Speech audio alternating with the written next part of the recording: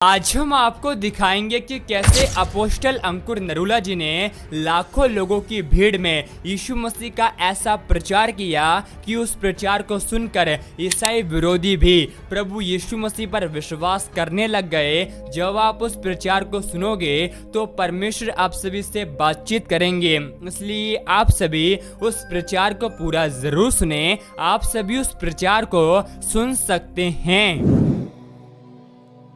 मैंने कहा कभी भी आप 100 बार लड़ेंगे और 100 बार जीतेंगे, एक भी बार फेल नहीं हो। लड़ाई हमारी किसी व्यक्ति के साथ नहीं, किसी धर्म के साथ नहीं है। मैं आपका धर्म बदलने यहां पे नहीं आया, मैं आपका मन बदलने के लिए आया हूं। क्योंकि जीसस ने जब प्रीच करना शुरू किया तो नहीं कहा धर्म बदल लो, जीसस ने कहा मन फिराओ, मेटामोनियो, अपने सोचने के तरीके को बदल लो। तुम सोचने का तरीका बदल लोगे, मैं तुम्हारी जिंदगी में बड़े काम करूंगा। बाइबल पढ़ के देख लो, हर बड़ा मिरेकल मन फिराने से हुआ है। हन्ना ने मन फिराया, प्रभु के भवन में जाके प्रार्थना करने लगी। पहले क्या करती थी?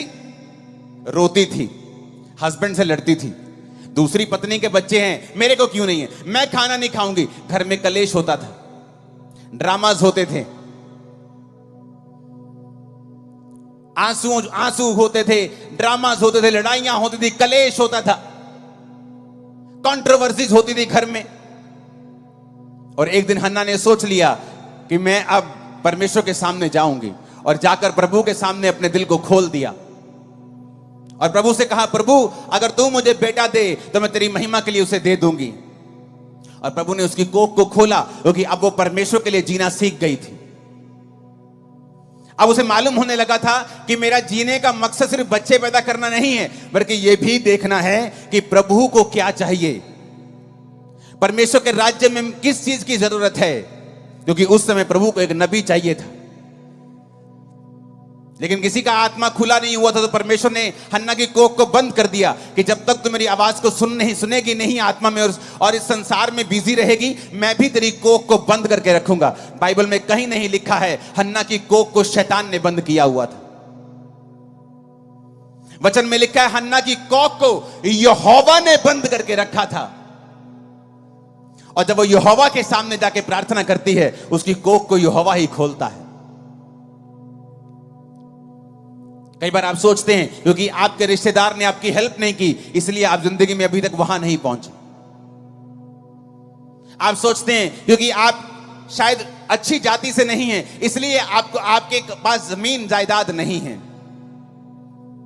आप एक अमीर परिवार में नहीं जन्मे हैं, इसीलिए आप बरकत में नहीं हैं। ये सब शैतानी एक्सक्यूजेस हैं आपकी लाइफ में। हन्ना जब तक ऐसा ही सोचती रही, लड़ती रही, कुड़ती रही, आंसू बहाती रही, उसके आंसू कुछ नहीं कर पाए, कुड़ना कुछ नहीं कर पाया, लड़ना कुछ नहीं कर पाया, जब तक कि वो परमेश्वर की ओर मुड़ नहीं गई।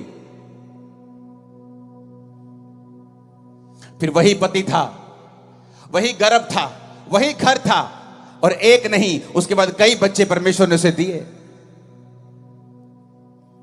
आज जो वचन आप सुनने वाले हो ना, ये आपको एक बरकत नहीं देगा, ये बरकतों के रास्ते खोल देगा आपकी लाइफ में। लेकिन आपको यह समझना पड़ेगा, मैं कौन हूं, आप कौन हैं। जब परमेश्वर आपको देखता है तो वो किस निगाह से आपको देखता है। क्योंकि जब आप मेरी ओर देख रहे हैं, आपको लगता है कि मैं स्पेशल इंसान हूं, क्योंकि मैं प्रचार कर रहा हूं, मेरे पास लाखों करोड़ों लोग हैं। ऐसा नहीं है, मैं भी आपके जैसा ही हूं, लेकिन मैंने एक काम किया है जो शायद अभी आप कुछ कर रहे होंगे, कुछ नहीं कर रहे होंगे, कुछ करने वाले होंगे। वो काम क्या है, यह समझना कि जब प्रभु मुझे देखता है तो वो कैसे देखता है, मेरी वर्थ क्या है, परमेश्वर मेरे बारे में क्या सोचता है।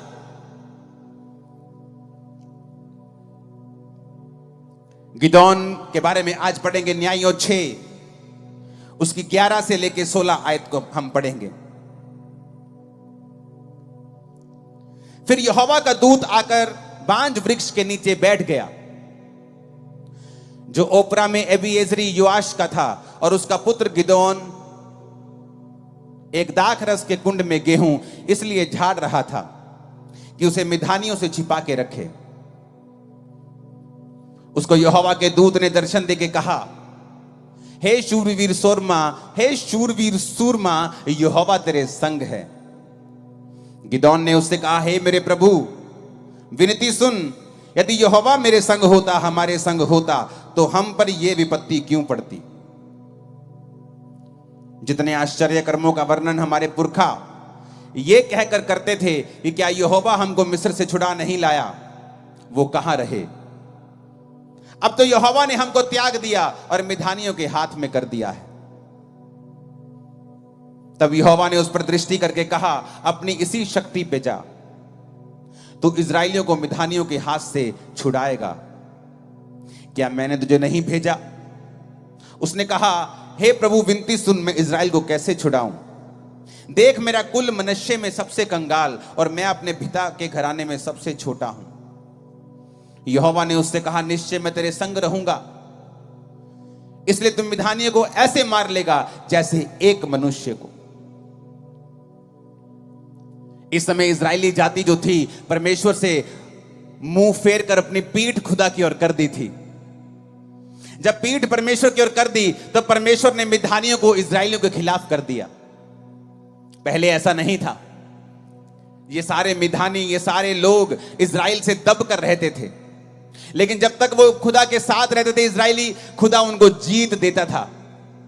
जब वो मुड़ गए परमेश्वर से, खुदा ने उनको हराना शुरू किया और मिधानी उन पर कब्जा करने लगे। परमेश्वर एक व्यक्ति के पास गया और गिदोन को कहा कि जा और तू उन्हें मिधानियों के हाथ से इजरायलियों को छुड़ाएगा। कहता, प्रभु मैं कैसे छुड़ा सकता हूं? मेरा कुल, मेरा परिवार है ना, जो हमारे रिश्तेदारों में सबसे कंगाल है। हमें लोग सबसे बाद में बुलाते हैं शादी के ऊपर। मेन इंपॉर्टेंट काम पे तो हमें बुलाते भी नहीं है जी, हमें पूछते भी नहीं है। और मैं अपने परिवार में सबसे छोटा हूं। मेरा कुल कहता मेरा कुल मनुष्य में सबसे कंगाल है, हम सबसे गिरे हुए हैं। कहता दूसरी बात यह है कि मेरा कुल सबसे ज्यादा गिरा हुआ है, सबसे छोटा है, और मैं अपने कुल में सबसे छोटा हूं। तो प्रभु तुझे गलती लग गई है, तूने लीस्ट इफेक्टिव आदमी चुन लिया है। तूने ऐसा आदमी चुन लिया है जो सबसे कम खतरनाक है, सबसे कम इफेक्टिव है, जो बिल्कुल गया गुजरा है, जो रैंद खूंद है। कहता तूने वो चुन लिया है। जैसे आज लोग सोचते हैं कि क्या परमेश्वर मेरी जिंदगी में काम करेगा। मैं तो एक छोटी जाति से आता हूं, मैं तो एक छोटे परिवार से आता हूं, मैं तो गरीब परिवार से आता हूं, मैं तो बीमार शरीर से आती हूं, मैं तो बांझ शरीर से आती हूं, मैं तो गरीब और बिल्कुल छोटे परिवार से आता हूं, मैं तो 3,000 रुपए महीने की जॉब करती हूं। क्या परमेश्वर मेरी लाइफ में ऐसा काम करेगा? मैं आपको गुड न्यूज देता हूं। मेरा यहोवा परमेश्वर जो 4,000 साल पहले ऐसी बातें करता था, जो 5,000 साल पहले ऐसी बातें करता था, फिर जीसस के समय वो ऐसी बातें करता था, पौलुस के समय कहता था कि मैंने तुच्छों को, मैंने गरीबों को, मैंने बीमारों को चुन लिया है, वो आज भी ऐसी ही बातें करता है। और वो तुम्हें चुनना चाहता है और तुम्हें ऊंचा करना चाहता है। आमीन, ऊंचे वाला चाहिए चर्च। गुड न्यूज यही है, वो आज भी ऐसा ही है। वो तुम्हारे फाइनेंस की कंडीशन को चेंज करना चाहता है, तुम्हारे परिवार की स्थिति को बदलना चाहता है। गरीबी के श्राप जो दादाओं परदादाओं से चलते आ रहे हैं, उन्हें तोड़ना चाहता है। वो बोलोगे वो कैसे टूटेंगे? अगर आप परमेश्वर की ओर मुड़ जाएंगे। दाऊद ऐसे परिवार से था जो बिल्कुल ही आम परिवार था। मैं आपको बताना चाहता हूं, दाऊद परमेश्वर से कोई स्वर्ग से चुना हुआ व्यक्ति नहीं था। दाऊद पर तो परमेश्वर की प्लानिंग तक नहीं थी, क्योंकि हमेशा प्रभु की प्लानिंग घर के बड़े बच्चे पे होती थी, पहलोठे के ऊपर। तो जब शमूएल नबी दाऊद के घर में मसा करने के लिए गया, एक बच्चे को, यिशै को, दाऊद के भाइयों के घर में गया, यिशै के घर में गया, तो उसने बड़े बेटे को आते हुए देखा। परमेश्वर ने कहा, मैंने इसे नहीं चुना, मैंने इसे अयोग्य करार दिया है। यानी प्रभु की प्लानिंग उसके ऊपर थी, पर वो अयोग्य करार दे दिया गया, क्योंकि वो परमेश्वर के वचन पर वफादार नहीं रहा। जब वफादार नहीं रहा, योजना दूसरे बेटे पे आ गई, वो भी आया और वफादार नहीं। तीसरा, चौथा, सब आ गए, दाऊद वहां नहीं था। भूला हुआ बच्चा, भूला हुआ बच्चा। परिवार में ऐसा जन जिसकी कोई सुधि नहीं रखता, कोई पूछता नहीं कि बेटा भेड़े चरा रहा है, तूने रोटी खाई कि नहीं खाई, भेड़िए तुझे अटैक करते होंगे तो तेरी जान का खतरा, ध्यान रखा कर। नहीं, rejected, totally rejected by his family. इतना रिजेक्टेड कि फैमिली में एक फंक्शन है।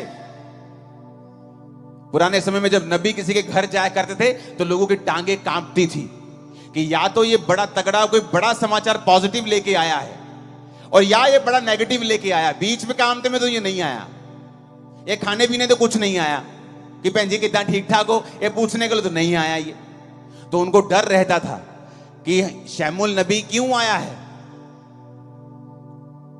इतना इंपॉर्टेंट काम घर में हो और आप अपने बच्चे को कैसे भूल सकते हो, क्योंकि वो आपकी फैमिली में कोई वर्थ नहीं रखता, इसलिए आप उसे भूल गए। उसकी कोई वैल्यू नहीं है, इसलिए आप उसे भूल गए। कहता एक रह गया, भेड़ बकरी को चराता है, उसे भूल गए हम। कहता उसे लेके आओ। जब वो आया तो मसा किया गया, रिजेक्टेड आदमी मसा कर दिया गया इजराइल का राजा होने के लिए। एक ऐसा सरप्राइज आपकी वेट कर रहा है जब आप परमेश्वर से वफादार रहेंगे कि आपके एनिमीज, आपके रिश्तेदार, आपके लोग सब आंखें खुली और मुंह खुला रह जाएगा जो होने वाला है। उसके लिए आपको प्रभु की ओर मुड़ना होगा। दाऊद वफादार रहा, भेड़े चराते भी वफादार था, नहीं कंप्लेंट की परमेश्वर को कि प्रभु मुझे क्या फायदा तुझे मानने का, मेरे भाई तो ऐश करते हैं, तेरी पवित्रताई में रहने का क्या फायदा, दूसरे तो ऐश करते हो, राजा की सेना में भी हैं, उनके ऊपर तो बरकत भी ज्यादा है। चट्टान पर घर बनाना आसान नहीं है। आप चट्टान के ऊपर घर बनाते हैं, आपको समय लगता है, पसीना आता है, एफर्ट लगता है, पैसा लगता है, ज्यादा टाइम लगता है, लेकिन जब वो बन जाता है वो गिरता नहीं है। दाऊद का घर जो था वो वचन के ऊपर बना था। आप इजराइल में बहुत कम राजा ऐसा देखेंगे कि जो अपने बुढ़ापे तक अपनी गद्दी पे बैठे रहे और कोई मार के उन्हें उठा नहीं पाया। दाऊद को कोई गद्दी से मार के उठा नहीं पाया, बल्कि वो बूढ़ा होके, कमजोर बूढ़ा जब हो गया तब वो अपनी पूरी उम्र भोग कर परमेश्वर में सोया। जब परमेश्वर आपकी ओर देखता है उसी गिदौन की तरह देखता है, उसी दाऊद की तरह देखता है।